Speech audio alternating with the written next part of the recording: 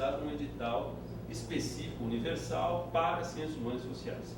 Então, boa parte da demanda tinha sido atendida lá, inclusive era um critério não exclusivo, mas que dava uma nota um pouco mais baixa. Se o indivíduo já tivesse ganho no edital universal de humanas e sociais, ele tinha uma nota num dos quesitos mais baixa em relação àqueles que não tinham ganho, para não duplicar o financiamento para o mesmo projeto. Próximo. Mais um. Acho que está certo. Então, eu estava na ordem certa. Esse foi o edital de Ciências Humanas e Sociais Aplicadas, que foi lançado no começo do ano.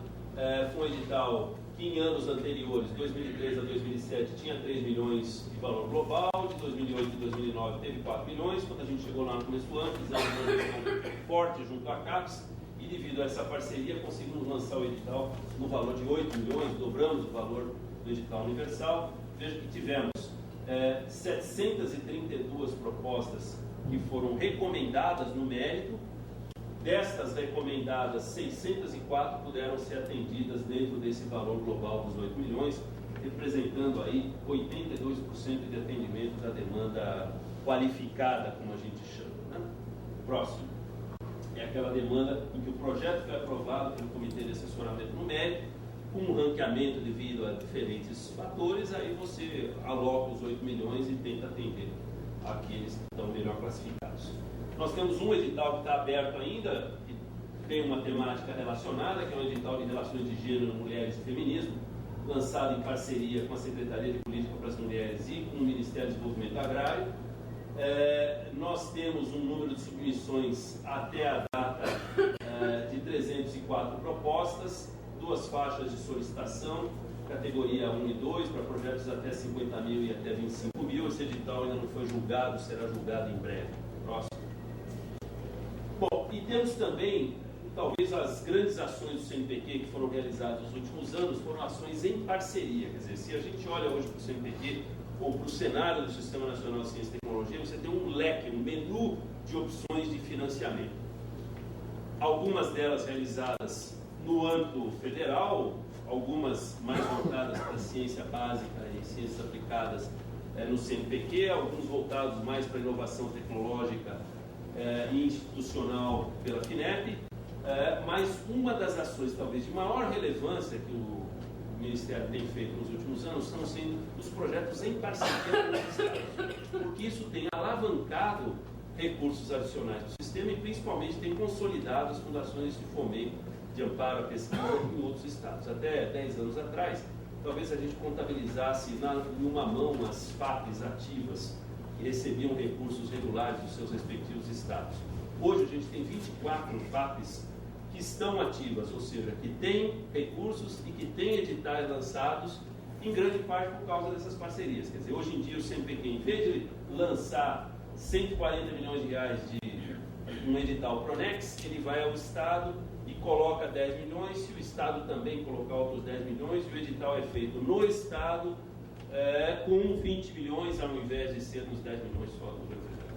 Variam as proporções de Estado para Estado, mas são os programas dos Institutos Nacionais de Ciência e Tecnologia, o programa de núcleos de excelência, o programa Primeiros Projetos para pesquisadores jovens que estão ingressando no sistema, o PRONIP, que está terminando a sua reclassificação, é o antigo programa Casadinho, que promove a integração de programas de pós-graduação consolidados e outros emergentes, e que vai se fundir com o programa correspondente da CAPES, que é o PROCAD.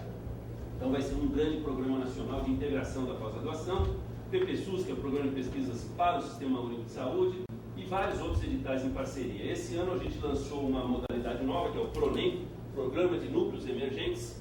Muitos dos estados hoje, parceiros, estão recebendo um influxo enorme de jovens pesquisadores.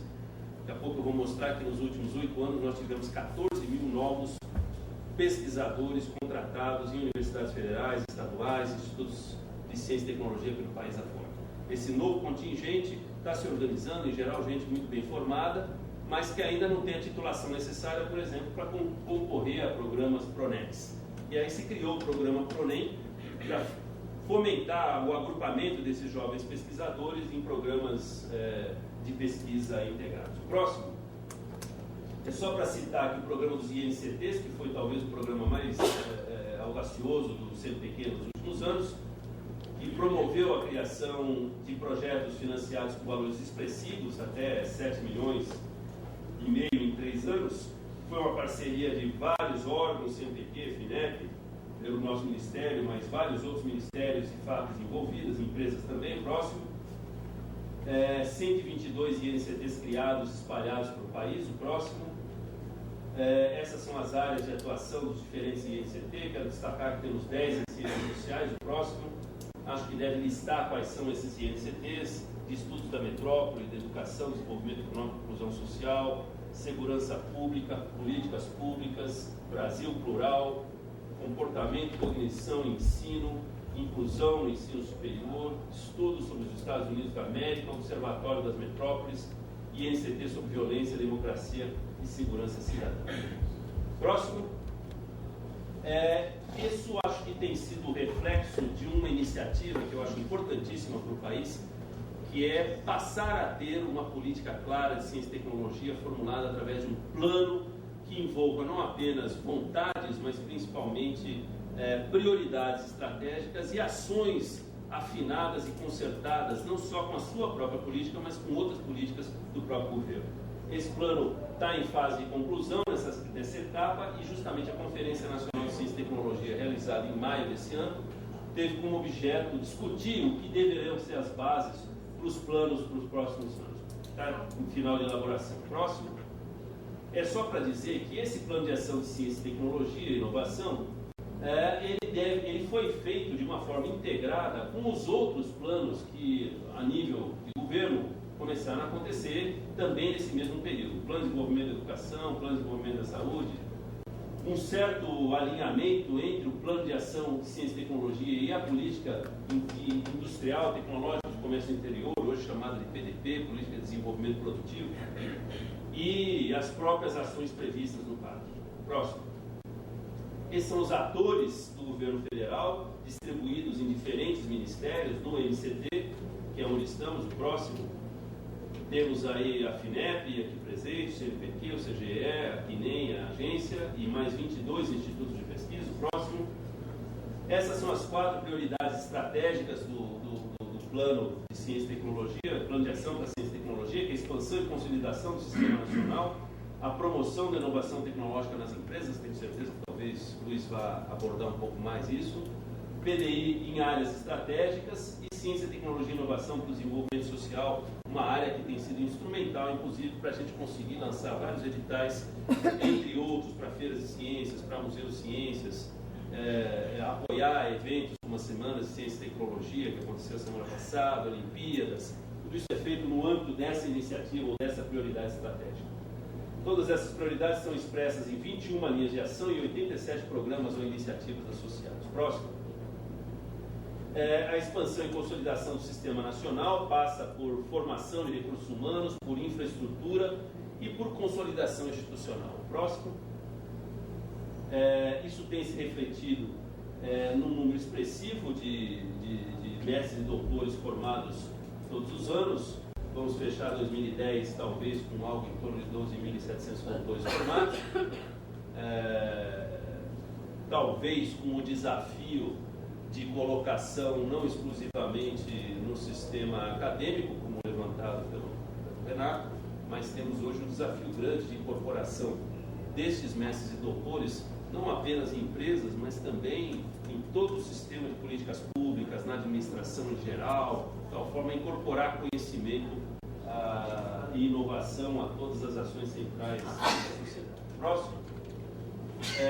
Do ponto de vista de produção científica, uma maneira de medir esse desenvolvimento é essa, não a única, mas a gente observa uma taxa de crescimento expressiva na produção científica brasileira. Próximo. Mostra uma comparação de como tem crescido a produção científica brasileira em comparação com a produção científica mundial. Nós, certamente, e acho que vou depois mais adiante citar isso, eu já estou acabando meu tempo, mais 5 minutos.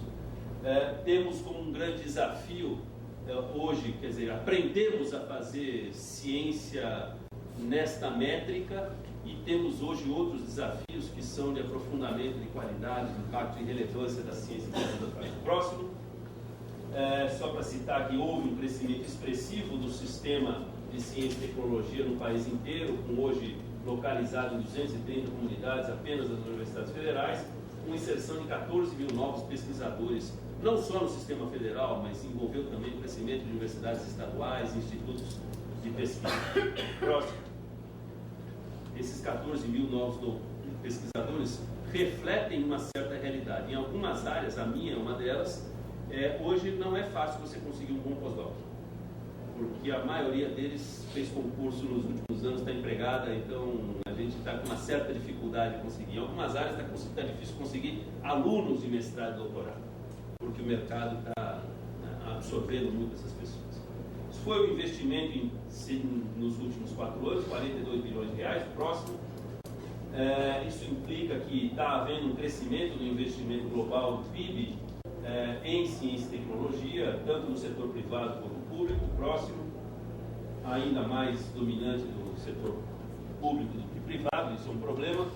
Isso foi a grande transformação no que diz respeito ao fomento da ciência e tecnologia, foi a criação dos fundos setoriais, que se deu no final da década passada, forte contingenciamento no início da década, mas depois sistematicamente liberado. Esse ano a gente deve estar com 3 bilhões, acima de 3 bilhões de investimentos dos fundos setoriais, que são gerenciados pela FINEP. Inclusive houve uma melhora muito grande no sistema de gestão desses fundos. Próximo. É só para mostrar a composição do que tem sido o orçamento do Ministério da Ciência e Tecnologia. Em verde aqui são os fundos setoriais. Em amarelinho, Luiz, é o nosso orçamento do CNPq, que as barrinhas continuam meio iguais ano a ano, né? Mas o próximo, o orçamento próprio do CNPq tem ficado constante, mais um. Mas ele tem sido capaz de, além do seu orçamento, executar ações dos fundos setoriais, do FNDCT. Próximo, toquinho, esse ano a gente deve beirar 700 milhões de execução do FNDCT, se der tudo certo. Próximo, as principais ações que a gente fez nesse ano: nós promovemos um aumento nos valores das bolsas de PQ e pós-doutorado em C. Temos uma nova sede do CNPq que vai ser inaugurada dia 15 de dezembro. O CNPq em Brasília tem 3 lugares diferentes. Para quem já foi em comitê de assessoramento sabe que é um sofrimento. As salas são pequenas, quentes, mal posicionados, os funcionários não conseguem trabalhar. São 3 prédios, um inclusive a 10 quilômetros de distância dos outros 2. E hoje vamos ter toda a equipe reunida num prédio único ali do lado do aeroporto, inclusive para fácil acesso para quem vem para trabalhar com consultores. Vamos ter um concurso com 130 novos cargos técnicos que ficaram sendo repetidos ao longo dos últimos anos, empenho integral de todos os editais anteriores, quer dizer, estamos terminando o julgamento do edital universal, com todo o universal do ano passado já pago, por exemplo. Temos uma nova proposta orçamentária para 2011 que já está no Congresso, prevendo um crescimento de 100 milhões de reais no nosso orçamento, um novo sistema de avaliação e acompanhamento que está em desenvolvimento, planejamento de ações, flexibilização na complementação financeira de mestrado e doutorado. Próximo, estou acabando já nesse, mais 2 só. Vários editais, mais um toquinho, quero só destacar aqui, estamos no ano da biodiversidade, 3 editais recentemente lançados, voltados especificamente para esse tema, totalizando quase 120 milhões de reais, mas vejam, editais crescentes hoje em parceria com outros países, mostrando aqui, eu tenho um edital de tecnologia de informação e comunicação, foi lançado, está aberto, em que o Brasil colocou 5 milhões de euros, a Comunidade Europeia coloca 5 milhões de euros, quer dizer, uma parceria mano a mano, integral. Próximo. Os principais desafios, como eu vejo, dar continuidade ao processo de ampliação e aperfeiçoamento nas ações de ciência, tecnologia e inovação, tornando as políticas de Estado e não apenas de governo. Eu preciso mais instituições de pesquisa, melhorar o marco legal, melhorar e agilizar os processos, desburocratizar o sistema como um todo, expandir com qualidade e melhorar a distribuição geográfica da ciência. Isso não é caridade, isso é absolutamente questão central para que a gente possa crescer como um todo. Melhorar a qualidade da ciência e contribuir para o avanço da fronteira do conhecimento, mais um. Fazer com que ciência e tecnologia se tornem efetivos componentes do desenvolvimento sustentável. Intensificar a divulgação de ações e iniciativas de ciência e tecnologia para o grande público. Nós precisamos da parceria da sociedade para tudo que fazemos. São os caras que nos financiam. Por mais que a gente ache que somos independentes, o custo disso tudo é alto e é financiado pela sociedade. E melhorar o ensino de ciência nas escolas e atrair mais jovens para as carreiras científicas. E o último slide. posiciona um novo cenário, assim como eu vejo, da ciência e tecnologia para os próximos 10, 20 anos. Nós temos hoje uma ciência que não se faz mais como se fazia antigamente, do cientista isolado no seu laboratório, com seus alunos de mestrado e doutorado, num tema em que ele escolhia à vontade. Hoje a ciência tem que estar contextualizada com as demandas da sociedade, é inevitável isso. Nós precisamos de abordagens inter e multidisciplinares. A dicotomia das áreas de conhecimento não funciona mais. Estamos discutindo hoje no café da manhã, a CNPq tem 48 comitês de assessoramento, em que as áreas agora todas compartimentalizadas, cada uma defende um número de bolsas, os seus projetos, e os projetos integradores com as áreas de conhecimento integradas não aparecem mais. Inovação, que é um tema central para todas as ações de ciência e tecnologia, em todas as áreas do conhecimento, novos formatos de atores, como eu dizia, não é mais só professor universitário, com aluno universitário e doutorado dentro do seu laboratório, agora envolve empresas, envolve instituições, envolve setores públicos, agentes públicos, envolve parcerias com a sociedade, sustentabilidade, qualidade, impacto, relevância e internacionalização. Agora, para isso, o último toque, vamos precisar modernizar a gestão, avaliação e acompanhamento. A gente hoje gasta uma energia enorme controlando procedimentos e processos e olhando um pouco para resultado. Um novo marco legal que atenda as características da pesquisa. Hoje a gente tem bastante dinheiro para ciência e tecnologia, mas tem uma dificuldade enorme de poder gastá-lo. Expansão e sustentabilidade de recursos, isso vai ser inexorável. A gente ainda precisa aumentar o investimento em ciência e tecnologia para poder produzir aquilo que o país precisa, para chegar a uma quinta economia no mundo. E planejamento e políticas de governo que sejam articuladas e não apenas isoladas. E eu termino com um agradecimento, uma frasezinha de Oswaldo Cruz que eu adoro. Tá certo? Obrigado.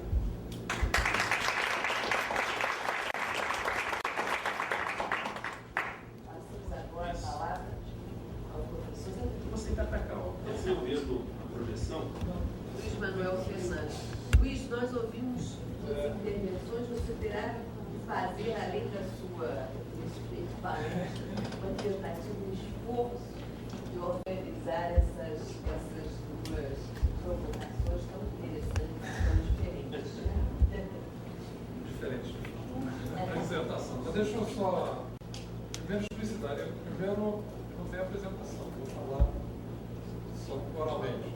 Mesmo porque quando a Marilice me convidou para participar dessa sessão, a ideia era explorar a minha experiência como cientista social em funções de gestão na área de ciência e tecnologia nos últimos 12 anos. E ter uma reflexão, quer dizer, menos uma apresentação adicional, eu comentei porque eu deveria estar paramentado como Glaucio. Se eu estivesse aqui representando a FINEP. Mas como eu estou aqui como pesquisador, né, aquela máxima do Portela, né? Eu não sou a função que eu ocupo, eu estou na função que eu ocupo, eu sou pesquisador, então uma oportunidade de reflexão mais crítica, até me libertando das amarras que a função institucional necessariamente tem. Então, nesse espírito, inclusive dentro de uma preocupação que tem marcado a gestão da Maria Alice, aqui, da atual direção da Fox, de recompor as ciências sociais dentro do Sistema Nacional de Ciência e Tecnologia e ver que tipo de diálogo, que tipo de papel as ciências sociais podem ter. Então, é com esse enfoque que eu vou entrar no tema. Eu sou gestor, além de professor, pesquisador da ciência social, minha área, como a Maria disse, de Centro Político Internacional, sou professor do Instituto de Relações Internacionais da PUC, do Rio, e da UFRJ. Mas estou há 12 anos em funções de gestão na área de ciência e tecnologia. Fui 4 anos diretor científico da FAPERJ, no Rio de Janeiro, por 4 anos secretário executivo do Ministério da Ciência e Tecnologia, que é o vice-ministro de Ciência e Tecnologia, e há quase 4 anos presidente da FINEP. Então, estou há 12 anos em funções de gestão na área de Ciência e Tecnologia. Vou pegar aqui a provocação do Renato, um obtuso decision maker. Eu até fiquei com medo daquela imagem. Eu acho que durante a minha apresentação vai crescer um chifre, um rabo, um olho vermelho, porque se há obtusidade na política de ciência e tecnologia, eu sou responsável. Eu sou parte da responsabilidade, porque a Política Nacional de Ciência e Tecnologia foi formulada na minha gestão como secretário executivo do Ministério da Ciência e Tecnologia. Eu coordenei a formação da Política Nacional de Ciência e Tecnologia, que se desdobrou no plano que o Glaucio aqui apresentou, aqueles 22 linhas de ação, no plano de ação de Ciência e Tecnologia de 2007 a 2010. Então, se houve provocação, eu fui alvo da provocação da apresentação do Renato, e aceito essa provocação. E vou entrar no debate, que eu acho que é importante. Eu acho que, como cientista social, a nossa postura como cientista e pesquisador hoje não é fazer crítica ideológica. Sinceramente, eu acho que crítica ideológica é a coisa mais fácil de se fazer. O papel aceita tudo. E é só fazer, só falar. Virou financeiro. Livre pensar é só pensar. É claro que ao fazer pesquisa, nós somos movidos por valores que se situam, evidentemente, no marco ideológico. Mas não nos cabe ficar à margem fazendo crítica ideológica. Eu acho que isso é o caminho que eu entendo, da irrelevância para o cientista social e para a área de ciências sociais. Nós temos que pensar as consequências, tanto da nossa pesquisa, quanto no que ela pode contribuir para mudar o país, para realizar concretamente, não discursivamente, a construção de um mundo de um Brasil mais justo, mais igualitário, com mais bem-estar, com menos desigualdade. E desse ponto de vista, eu acho que nós não estamos numa trajetória de continuidade, nós estamos numa trajetória de ruptura no Brasil e no mundo. Eu acho que nós não assimilamos o grau de ruptura que está em curso no mundo e no Brasil ainda. No mundo, o mundo está mudando concretamente. Nós estamos diante da maior reconfiguração de estruturas de poder e relações de poder no mundo, desde, pelo menos, o impacto da Revolução Industrial no século XIX. É uma profunda reconfiguração que pode ser medida de diversas maneiras, entre elas, pegar a participação relativa na produção de riqueza mundial, medida não em dólar ou moeda forte, mas medida em poder paritário de compra, que é o que mede concretamente riqueza real produzida.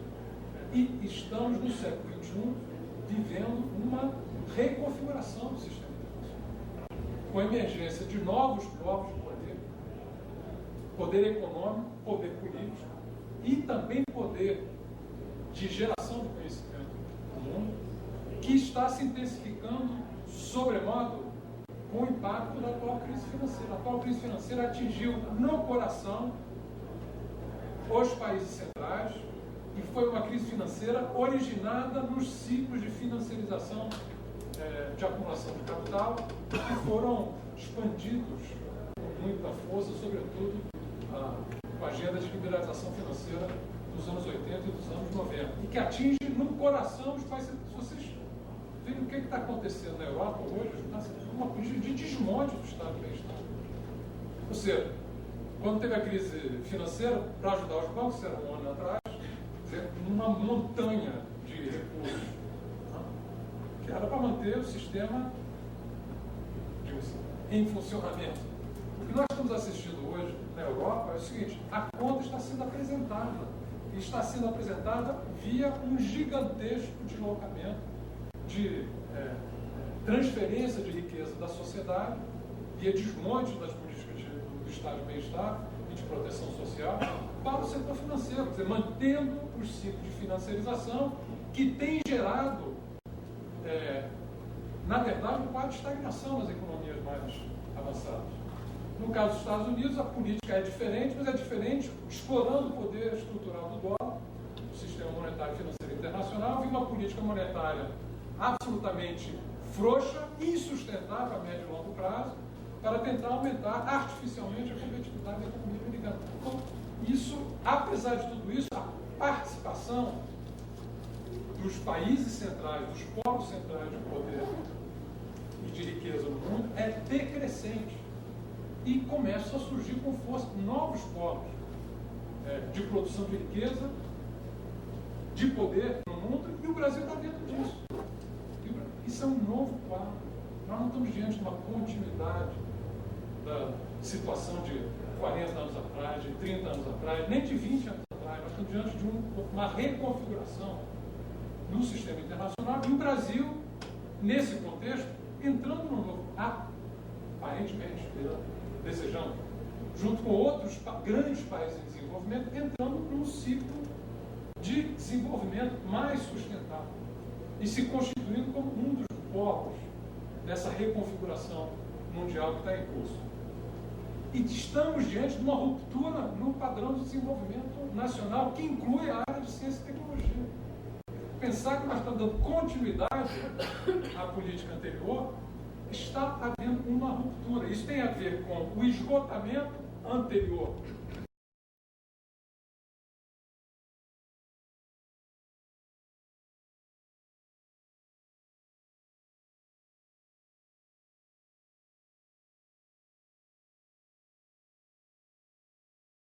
os investimentos vinham pacotes tecnológicos